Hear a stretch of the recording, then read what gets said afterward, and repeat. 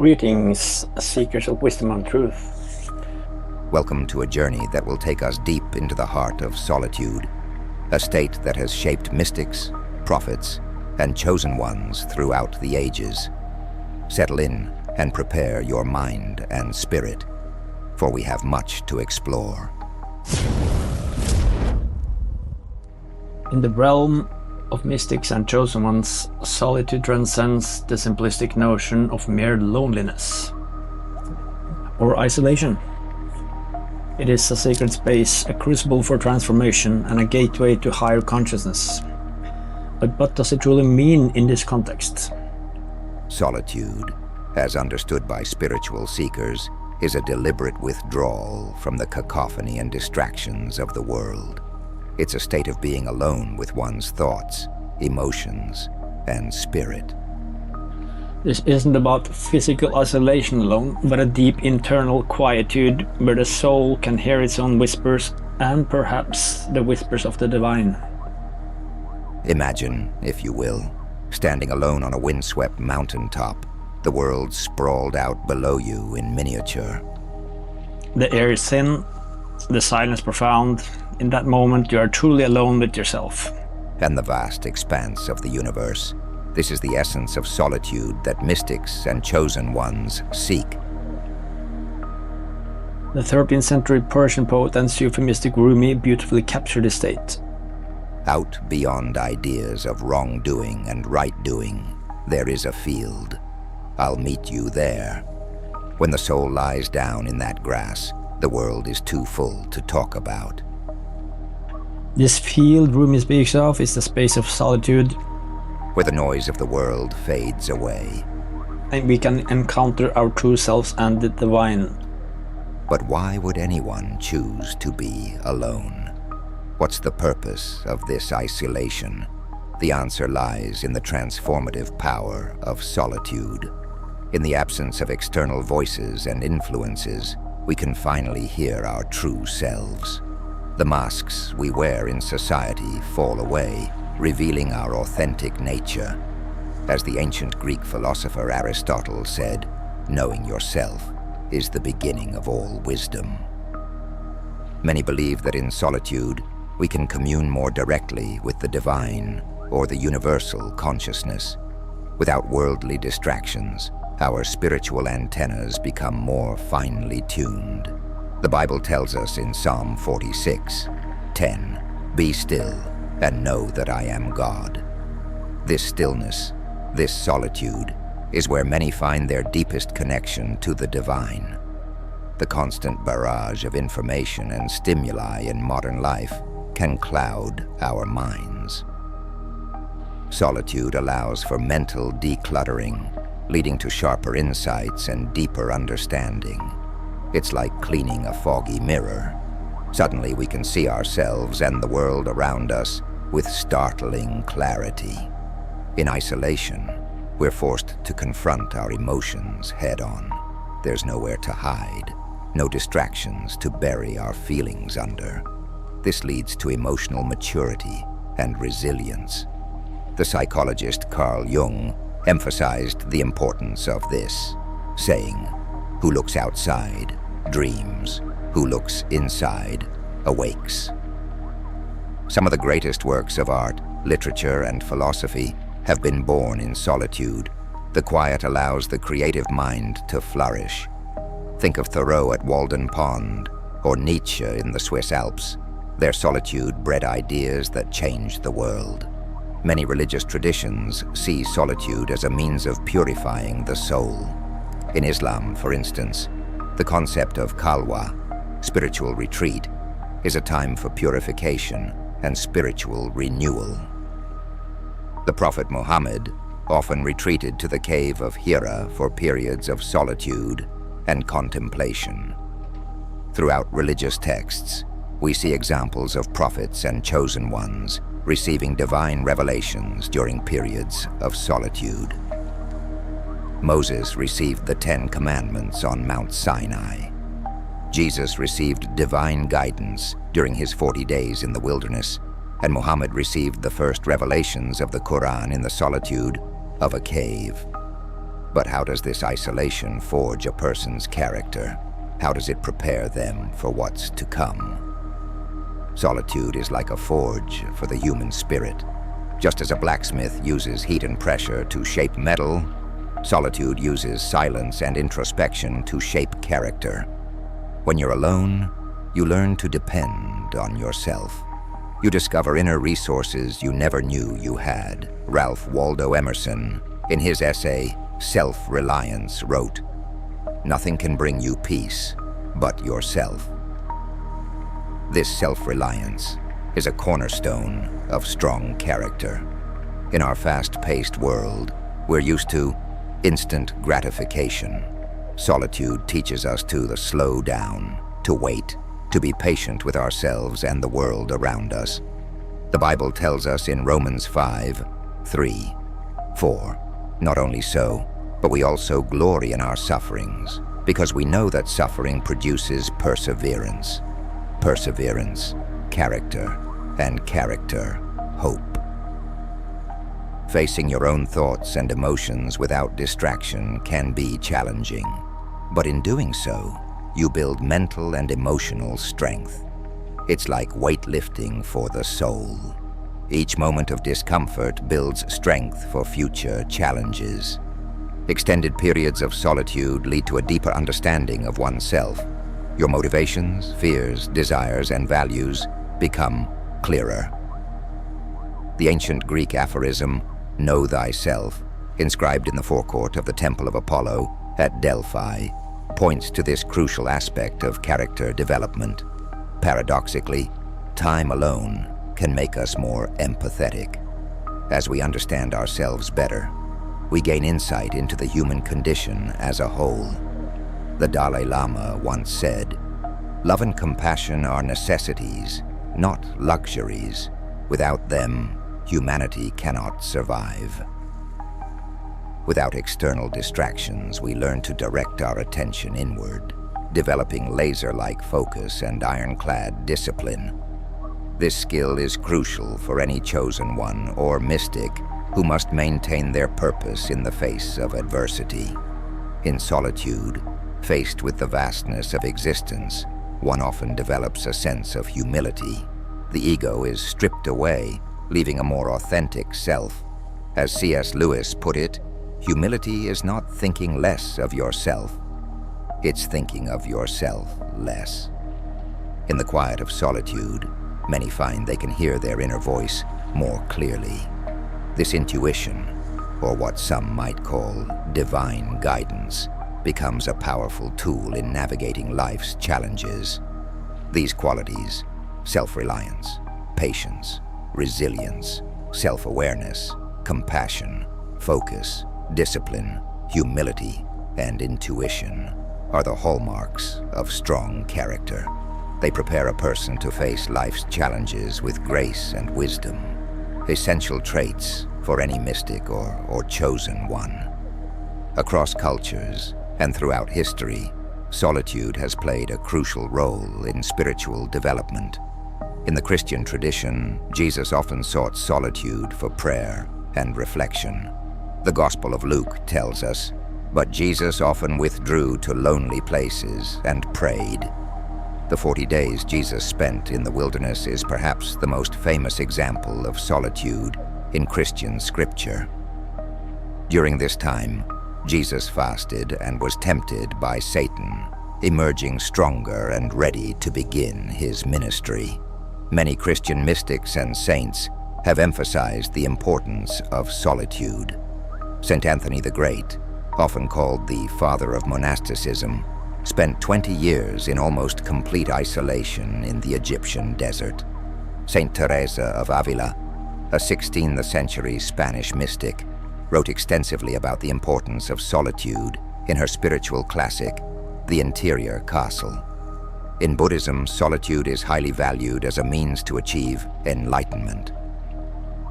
The Buddha himself attained enlightenment while meditating alone under the Bodhi tree. In the Dhammapada, a collection of sayings of the Buddha, we find, "If you find no one to support you on the spiritual path, walk alone. There is no companionship with the immature. Many Buddhist monks and nuns spend years in solitary retreats, seeking deeper understanding and spiritual growth. The Tibetan Buddhist practice of retreat often involves spending months or even years in isolation, engaging in intensive meditation and spiritual practices. In Hinduism, the concept of sannyasa involves renouncing worldly life and often living in solitude to focus on spiritual practices. The Bhagavad Gita, one of Hinduism's most sacred texts, speaks of the importance of solitude in spiritual practice. The yogi should retire to a secluded place and live alone. He should free his mind and body from all distressing thoughts and engage himself in meditation. The Upanishads, ancient Hindu texts, also emphasize the importance of solitude in realizing the true nature of the self and the universe. The practice of tapas, or austerity, often involves periods of solitude and self-discipline. In Islamic mysticism, or Sufism, the value of solitude is deeply recognized. The Prophet Muhammad would retreat to a cave on Mount Hira for periods of solitary contemplation. It was during one of these retreats that he received his first revelation from the angel Gabriel, marking the beginning of his prophethood. Sufi masters often prescribe periods of seclusion, known as Khalwah, for their disciples. The great Sufi poet Rumi wrote extensively about the value of solitude. A little while alone in your room will prove more valuable than anything else that could ever be given you. In Judaism, we find numerous examples of prophets seeking solitude for divine communion. Moses ascended Mount Sinai alone to receive the 10 Commandments. The prophet Elijah heard the still small voice of God while alone in a cave. The Jewish mystical tradition of Kabbalah also values solitude as a means of achieving higher spiritual states. The 16th century Kabbalist Isaac Luria developed many of his mystical ideas during periods of solitary meditation. Many Native American spiritual traditions include practices of solitude. Vision quests, for example, often involve spending several days alone in nature, fasting and seeking spiritual guidance. These solitary experiences are seen as crucial rites of passage and means of gaining wisdom and spiritual power. In Taoism, solitude is seen as a way to align oneself with the Tao, or the fundamental nature of the universe. The Tao Te Ching, attributed to Lao Tzu, speaks of the virtue of stillness and non-action, states often achieved through solitude. Even in secular contexts, thinkers and leaders throughout history have recognized the value of solitude. From Henry David Thoreau's retreat to Walden Pond, to Nelson Mandela's years of isolated imprisonment on Robben Island, solitude has been a crucible for developing wisdom and strength. Thoreau wrote in Walden, "I find it wholesome to be alone the greater part of the time. To be in company, even with the best, is soon wearisome and dissipating. I love to be alone. I never found the companion that was so companionable as solitude." In the narratives of chosen ones and heroes, solitude often plays a pivotal role. This trope is so common that the mythologist Joseph Campbell included it as a key stage in his concept of the hero's journey, which he called the belly of the whale. Think of Luke Skywalker's self-imposed exile on Ahch-To in the Star Wars saga, where he grapples with his failures and ultimately reconnects with the Force, or Frodo's lonely journey to Mount Doom in The Lord of the Rings. Although accompanied by Sam, Frodo's burden as the ring-bearer is ultimately a solitary one. Consider Neo's period of training and self-discovery in The Matrix, where he learns to see beyond the illusions of the world, or Katniss Everdeen's moments of solitude in the Hunger Games, where she finds the strength to lead a rebellion. These periods of isolation are crucial to the hero's journey. The chosen one must face their inner demons, confront their deepest fears, and discover their true strength. This internal battle, fought in the arena of solitude, prepares them for the external challenges they must face. In solitude, the chosen one sheds their old identity and emerges reborn, ready to fulfill their destiny. The isolation strips away illusions, leaving only the core of who they truly are and what they're capable of. As Joseph Campbell wrote in The Hero with 1,000 Faces, the cave you fear to enter holds the treasure you seek. This cave, this place of solitude and self-confrontation, is where the hero finds their true power and purpose. Now you might be thinking, this all sounds well and good for mystics and chosen ones. But what about me? How can I harness the power of solitude in my everyday life? Fear not, for solitude is not reserved for the spiritual elite. It's a tool available to all of us, waiting to be used. You can start small, with just a few minutes of quiet reflection each day. Gradually increase this time as you become more comfortable with solitude. Even 5 minutes of mindful silence can be transformative.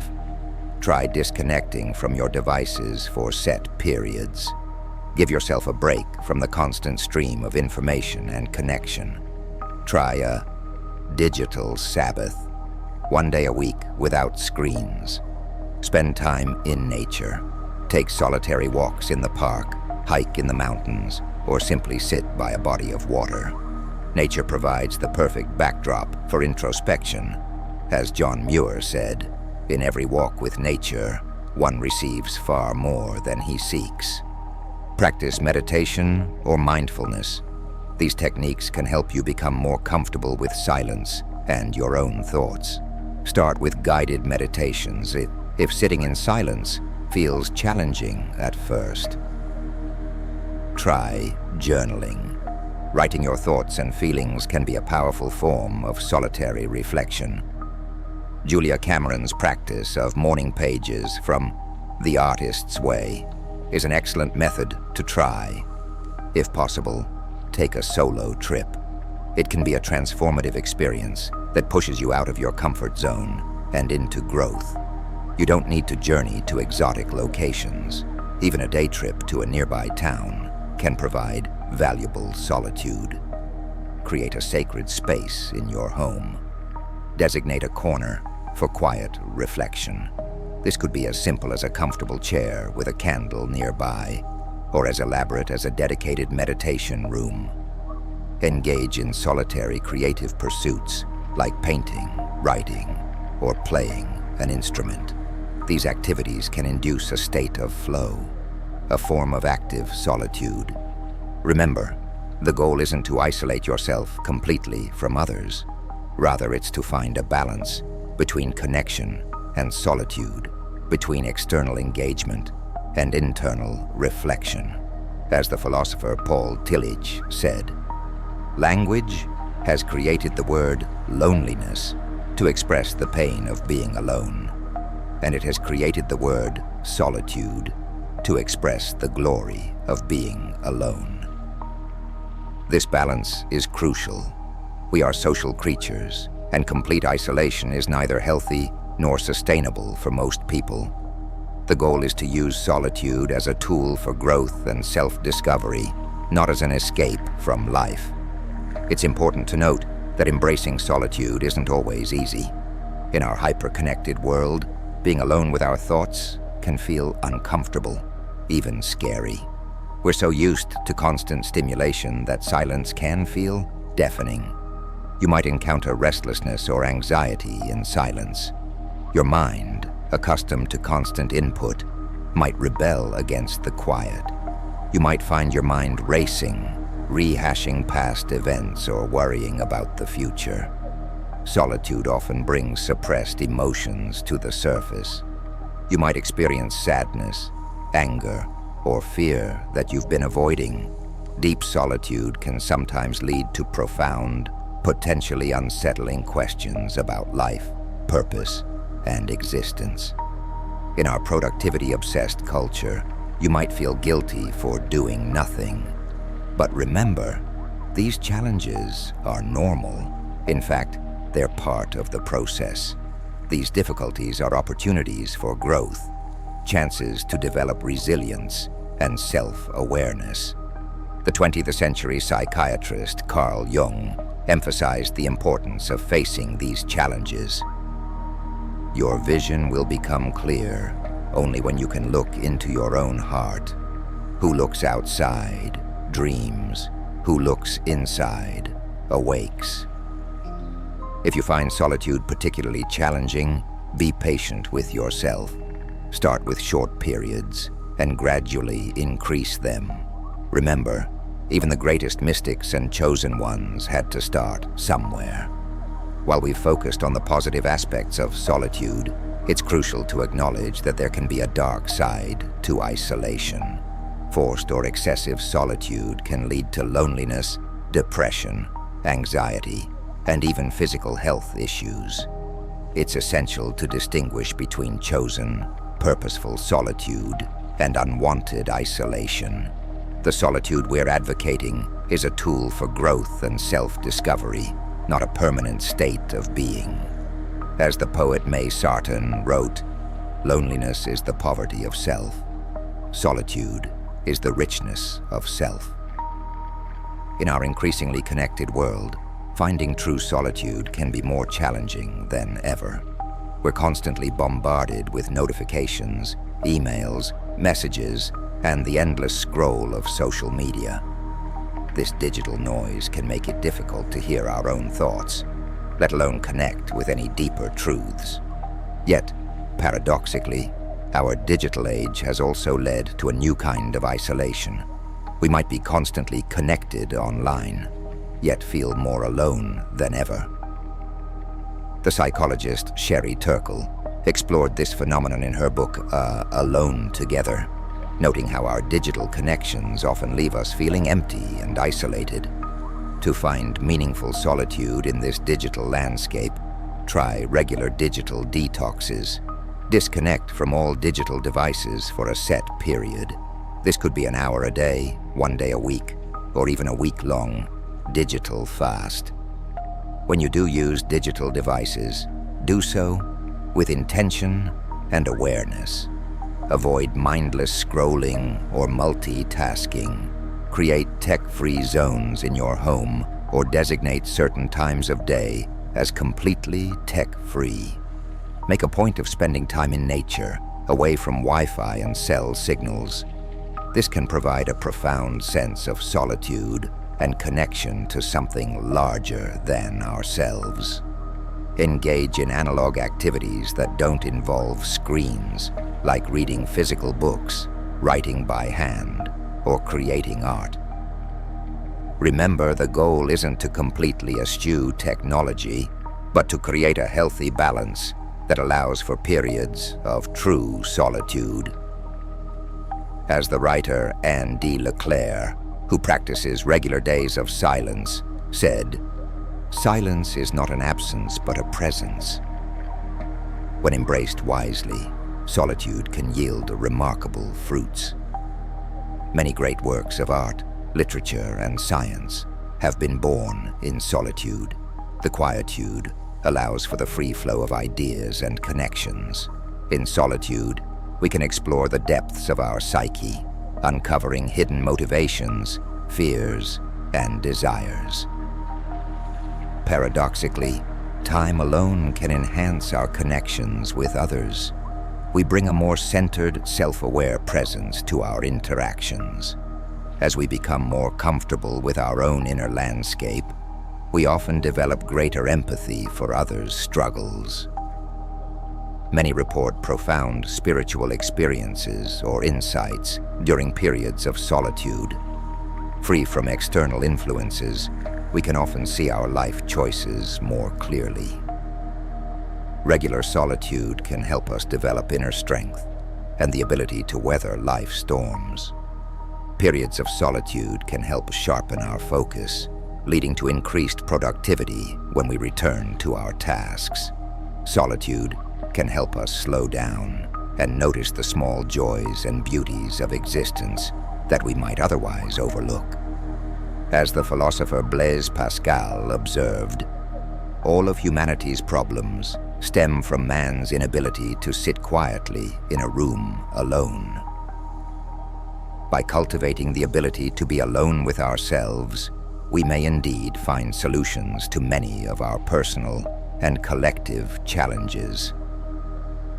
As we draw our journey to a close, let's reflect on what we've discovered about solitude. We've seen how it's more than just being alone. It's a powerful tool for self-discovery, spiritual growth, and character development. We've explored how religions and spiritual traditions across the world recognize the transformative power of solitude.